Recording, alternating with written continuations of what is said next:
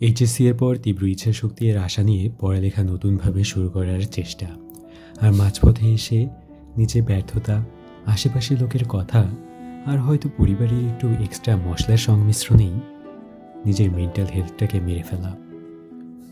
তারপরে পড়ালেখা না করেই পরীক্ষায় ভালো ফলের আশা নিয়ে ব্যর্থ চেষ্টা। এটাই হয়তো আমার মতো অ্যাভারেজ স্টুডেন্টদের দীর্ঘ ৩ মাসের অ্যাডমিশন যাত্রা। কিন্তু এই যাত্রার কি আর কোনো ভালো দিক নেই? হয়তো আছে। বাংলাদেশের এই মাথা থেকে ও মাথায় ঘুরে বেড়ানো, নতুন নতুন শহর, আননোন ক্যাম্পাস, আর সেই বাসের জানালায় মাথা রেখে ভাবনা।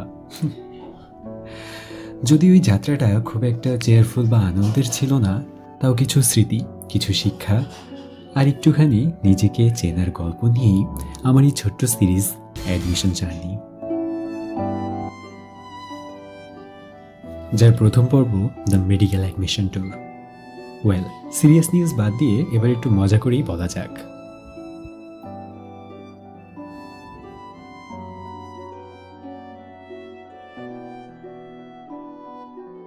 11 ডিসেম্বর 2025, সময়টা ছিল রাত 1:30। হুট করেই ক্যামেরা অন করে কালকের জন্য সব রেডি কিনা দেখে নিলাম। ল্যাপটপে GTA 5 ডাউনলোড দিলাম, ভেবেছিলাম এসে খেলবো। অবশ্য আর খেলা হয় নাই। কালকের আউটফিট রেডি, বই খাতা আর ব্যাগের ভেতরে অ্যাডমিট কার্ড, জেনারেল নলেজের শিট সব ডান। এরপর আর কি, যা হবে দেখা যাবে বলে ঘুমাতে চলে গেলাম। সকাল সকাল লাইট অন হতেই মশারির ভেতর থেকে ঘড়ির দিকে তাকায় দেখলাম অনেক বেজে গেছে, ভোর 5:30। তারপর একটু টিকটক ম্যাজিক দেখায় রেডি হয়ে গেলাম। শাকালাকা ভম্ব। সকালে নাস্তা খেয়ে দিয়ে ব্যাগ নিয়ে বের হলাম। নিচে যেই মনে পড়লো আমি টিকিট নেইনি। টিকিট মানে যদিও একটা স্লিপ, কারণ মাসুম স্যারের কোচিংয়ে আগে আমার বাসের জন্য বলা ছিল। আবার উপরে এসে দৌড়াই দৌড়াই টিকিট নিয়ে নিচে নামলাম। যেতে যেতে আব্বুর ঝাড়িও খেলাম। এতে অবশ্য পেট একদম ভরে গেছিল। যে দেখি সারি সারি বাসও আমার জন্য দাঁড়িয়ে আছে। বাসে উঠে যেন আরেক ধাক্কা খেয়ে বসলাম, কারণ বাসে উঠতেই আমার মনে হলো আমি যেন কোনো একটা লাইব্রেরিতে ঢুকে পড়েছি। সবার হাতেই বই আর পড়ালেখার ছড়াছড়ি। আব্বুর চাপে আমিও সিট খুলে বসলাম। বাস রওনা দিল। অবশ্য আমি যেতে যেতে বেশ কিছু ছবিও তুললাম। এর মাঝে আবার এক প্যাকেট নাস্তাও আমাকে ধরাই দিল। সেটা ব্যাগে রেখে দিলাম আর জানালায় মাথা রেখে ভিউটাকে এনজয় করলাম।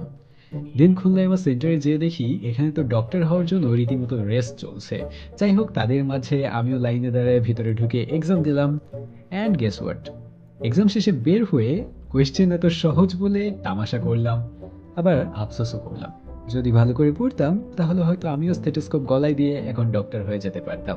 তারপর আর কি, একটু ঘুরে ফিরে চা খেয়ে দিয়ে ঘুমাতে ঘুমাতে বাসায় চলে আসি।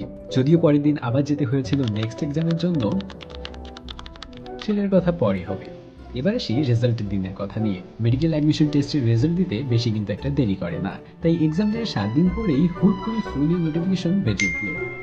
দেখি রেজাল্ট দিছে। ওয়েবে গেলাম। হয়তো ওয়েবও আমাকে রেজাল্ট দেখাতে লজ্জা পেয়েছে, তাই এমন দেখালো। আরেকবার ট্রাই করে দেখলাম, আমি পাশ করেছি। যদিও চান্স পাইনি, অবশ্য আশাও ছিল না, কিন্তু কষ্ট তো পাই।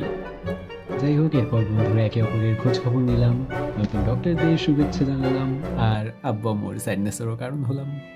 Maybe the end.